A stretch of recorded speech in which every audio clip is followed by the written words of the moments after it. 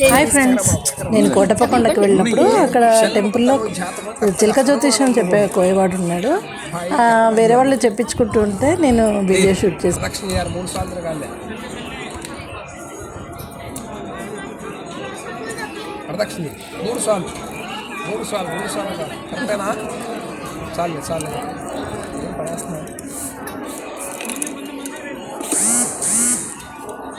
ఆంజనేయ స్వామి వచ్చాడండి. కానీ అబ్బాయికి మాత్రం నాకు అన్నీ తెలిసినన్ని కోటైలో ఎవరి మేధావులా మాట్లాడుతుంది, కానీ అమ్మాయికి అర్థం తెలుసు. నమ్మి మోసపోవటమైనా నమ్మికి మోసం లేదు అబ్బాయి మాత్రం.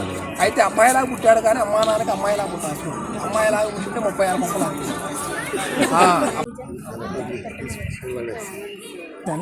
కానీ నిజంగా జరగబోయేటి కానీ జరిగింది కానీ మనకు యథార్థంగా అనిపిస్తుంది. ఆ చెప్పే విధానంలో మనకి చాలా బాగా అనిపించింది.